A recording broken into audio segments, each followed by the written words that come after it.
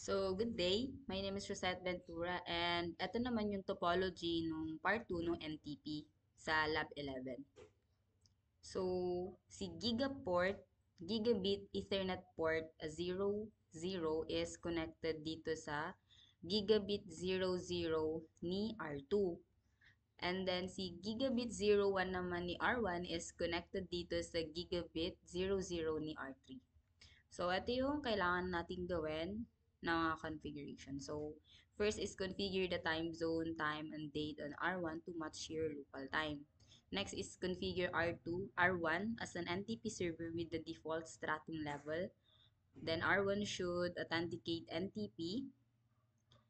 So, ito yung mga key. So, key 1 is Cisco 1. Key 2 is Cisco 2. Then, yung third is configure R2 to synchronize its time to R1. Then, R2 should authenticate NTP. So, key 1, yung dito sa my R2, and then key 2 naman dun sa my R3. So, let's start. So, configure muna natin yung time zone, time, and date ni R1. So, pasok tayo sa kanyang CLI.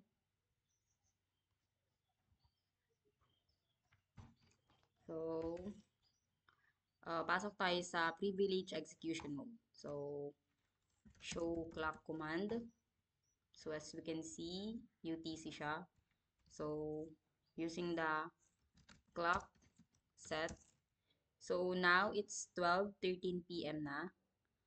So, PHT yung gagamitin natin. And as we all know, PHT is 8 hours ahead sa UTC. So, 12 minus 8 tayo. So, 12, 11, 10, 9, 8, 7, 6, 5, 4. It's 4 a.m. So, 4 a.m. So, 04. Then, month. So, it's February. Then, day, it's 09. Year of 2025. So, using the sh clock that command to ito. So, time source is user configuration. So, naka-UTC siya. So, yung oras is 4 a.m. under UTC ng Sunday, February 9, 2025. So, pasok tayo sa global configuration. So, mali. Paano FT dapat? Clock time zone, PHT 8. Then, exit tayo. So, using yung command nga na show clock, that. So, as we can see, it's 12, PHT Sunday 2025. So, the time source is in user configuration. So, next natin gagawin is, pasok ulit tayo sa global configuration. Then, R1 is our NTP master with the default stratum level of 8. Then, so, authenticate. So, this authenticate natin yung ating time source. So, NTP authenticate. Next is, di ba, nabanggit dito na si R1, so, under sa authentication, meron tayong dalawang key dito, si key 1 tsaka si key 2. So, yung gagawin natin, so, NTP, so, gamitin natin si authentication key. Ito. Authentication key for trusted time sources. So, authentication key. Then, use question mark kung anong susunod. So, key number. So, first is yung key 1 muna. Then, next. So, gamit tayong MD5 for hashing.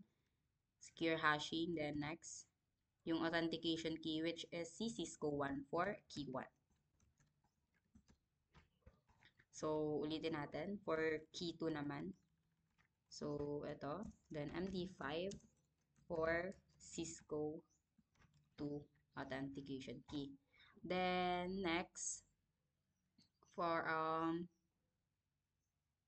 yung trusted key naman. So, NTP. So, trusted key.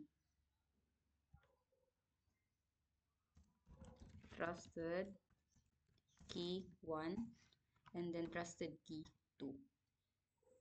So, then, yun yung configuration sa R1. Then, next, punta tayo kay R2.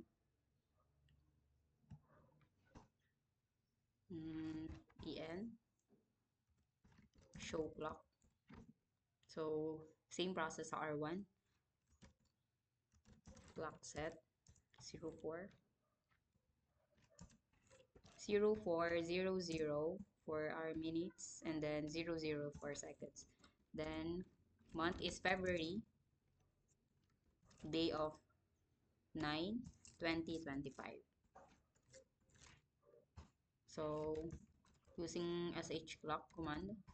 So, naka-UTC. So, let's go to global configuration, clock, time zone, PHT, PHT8. Then, let's end. SH clock tayo. So, ayan. So, balik tayo sa global configuration, NTP, authenticate.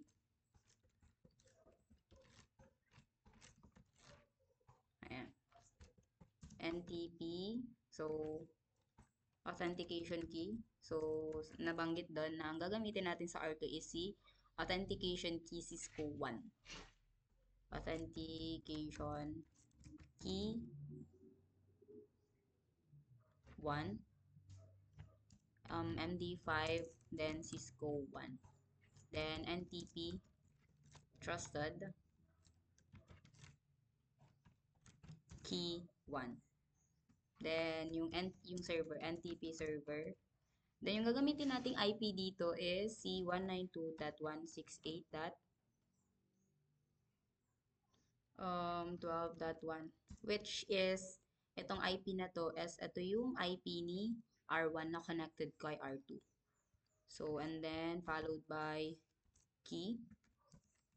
And then, yung gagamitin nating number is si key 1. So, SH clock that tayo. So, antayin lang natin siyang mag-NTP. The time source is NTP. So, punta muna tayo sa R3. So, same process tayo dun sa ginawa natin sa R2, pero yung difference lang nila is gagamitin natin si key 2 with an authentication key Cisco 2.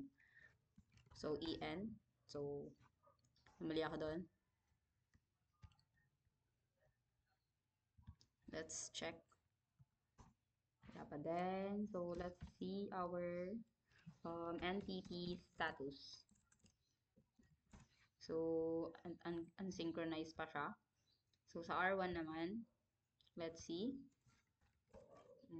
Show NTP status. So, nakasynchronize na siya. So, antayin lang natin mag-synchronize din siya sa R2. So, wait. Check natin.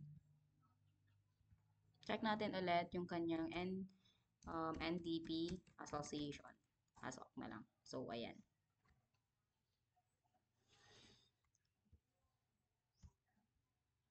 So, hindi pa rin siya pwede. So, balik-balikan lang if gumagana na siya. So, wala pa rin. So, ayan, pwede na. So, EN. Enable. Then, show clock. So, naka-UTC siya. So, clock set for AM siya ng UTC para maging 12 siya ng PHT. Feb 9, 2025. Show clock. Show clock that. So, ayan. Pasok tayo ng global configuration. Clock. Time zone. PHT8. Then, check natin.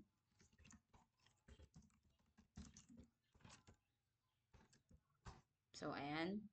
Then, authenticate ulit tayo. Let's enable NTP authentication. NTP authenticate. So, sorry ulit sa aking background. Maingay siya ulit dahil sa mga aso ng kapitbahay.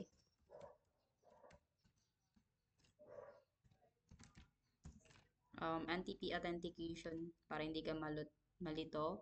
Authentic. Wrong spelling. Ayan. Para alam mo yung susunod. So, 2 yung gagamitin natin. MD5. Then, word Cisco 2. So, an NTP trusted key. It's 2. Then, NTP server. IP address naman. So, yung IP naman na gagamitin natin dito is yung IP ni port Gigabit Ethernet 01, which is 192.168.13.1.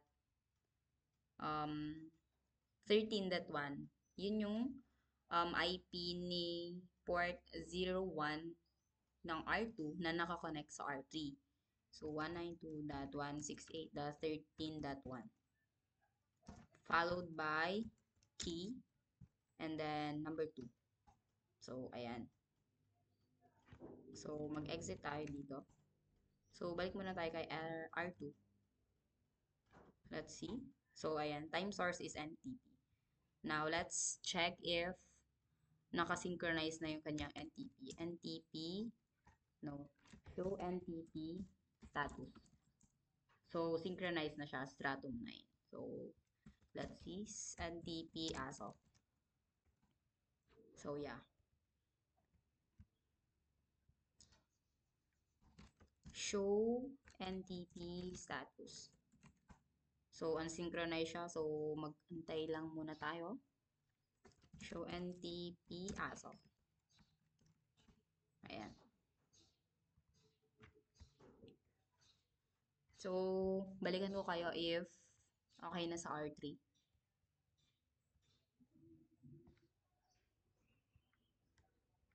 So, balik tayo. So, eto. So, status natin siya. So, we can see na nag-synchronize na din siya. So, let's see SHNTP as of. So, eto. So, ayun. Yun lang yung configuration ng NTP Part 2 under Lab 11. Yun lang. Thank you!